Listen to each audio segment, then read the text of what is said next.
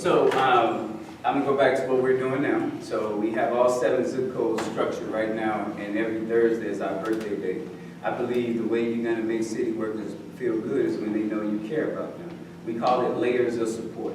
So we want to make certain that every city worker, we understand they have 3 children. That way we can tap into when their children's birthday are. We're going to come out there and celebrate them. We do this now. You can Google it and see it. So the birthdays are big. We're going to also find out what barriers are we having with government in their life. And we're going to work interdepartmentally to remove some of those barriers and roadblocks. The key with boosting all our people's morale is knowing that they got somebody who cares about them. And with sincerity. And I think that's going to be quite easy to do. Because my first 100 days in office, I'm going to make certain that I meet with everyone and make sure they know it's a new day.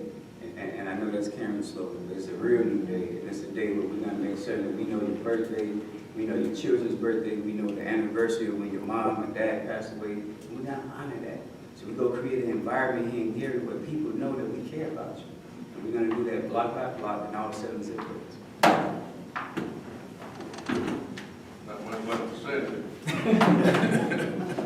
Now, what would I do with city workers? One of the things that has to happen, how many city workers do we have that's below the poverty level? Too many.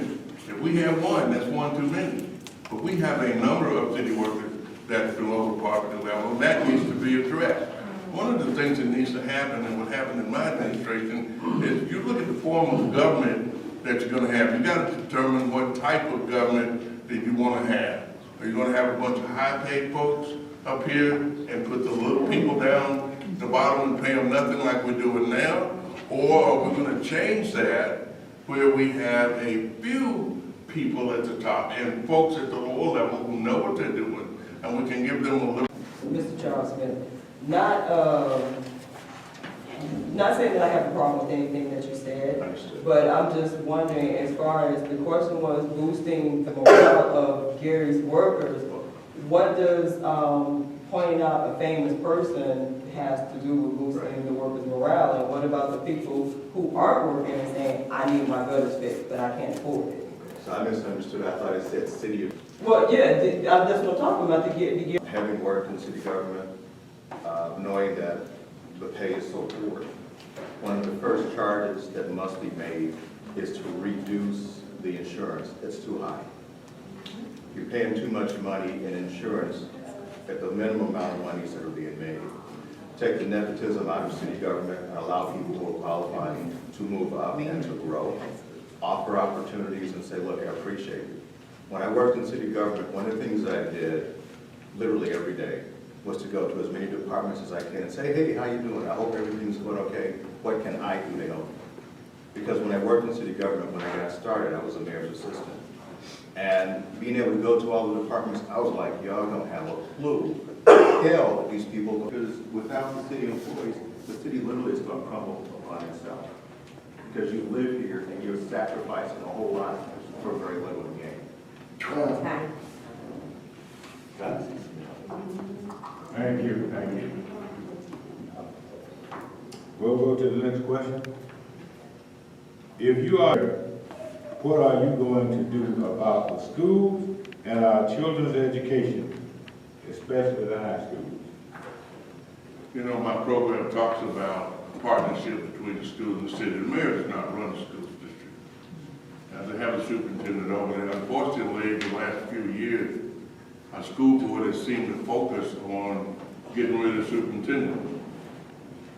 Every one of them that's been in there since... We work on that. And at the state level, we're in a Republican state, so of course, you know, isolate Gary, because Gary is heavily Democratic, and extract resources here. So you need someone who's in office, and I know Mr. Smith here is a Republican, who can work with the Republicans and say, you know what, time out. This is about humanity. This is wrong that we do a human being like this, despite our political differences. Again, I think I can have that dialogue with him. And then locally, we have to give, especially our young black men in school, a reason to be educated. Honestly, when they look around, why get an education? Where's this education going to lead me? The people I do see educated, they're still here. We have our poverty rate higher than Iraq, so get educated for what? It's easier just to live day to day and figure out what's next. So you need a leader that can get them organized. One of the key things we're doing now with our men, those 20 career clubs are critical. If we have a young man that wants to be a carpenter and we link him with a professional carpenter, he can do that one-on-one and give him that inspiration so that he knows somebody got my back. Now I can go to school and focus. And I'm gonna tell you, if you're a young black male and you're in the classroom co-ed and you don't know that answer, you're not gonna raise your hand. You're not gonna ask that question and be embarrassed. So you need that mentoring on the background outside of class to show you that, because they rather not be embarrassed and don't get it than to be embarrassed and say, I don't know and raise my hand. So you need a leader that understands that. You know, education in and of itself is not necessarily the answer, because all of our people are not interested in education and such. They don't care about how to conjugate verbs or whether or not a sentence has a subject or predicate. So part of what I look at is education is important, but I think also we should provide vocation. You got somebody out here that maybe don't like English, don't like history, will be the best electrician you ever seen, or the best plumber. We've got a career center sitting down here doing basically nothing. I've been down there, the machine shop's not even being used. And they've got a culinary program in there, they've got a cosmetology program in there, they've got a lot of programs in there. The presidents and superintendents in the city, because you have charter schools, private schools, and the public school. Collectively, there are about 7 different entities. You have to combine them as one to meet weekly, almost daily, to find out what their end game is. A lot of it's monetary gain. It's money. Schools are making lots of money. That's why they're, please come, please come. But people are leaving Gary so quickly that the schools are now half empty more often than not. So they're not making any money. They're cutting their budgets. And as they cut their budgets, our kids are suffering. So, at one time, Gary was the best school system in the world. Everybody came here, they said, how the heck are you doing it? And they came and they watched and they mimicked what we did. Greed got in the way, arrogance got in the way, and the schools began to fall.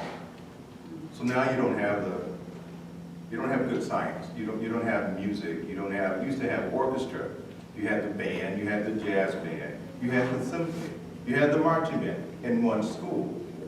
Now you're lucky if you have a choir in a school.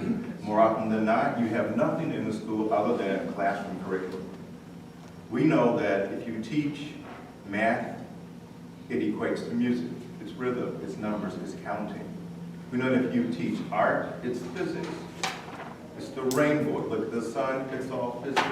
Okay? So we have to simply get people back into the realm of education and just take our time and put it back together. You got too many things going on. You got too many charter schools. We can't blame them for the failure. Gary Public Schools screwed up. They opened the door for charters to come in. Anyone else out there have a question? Right now. Right here? Okay.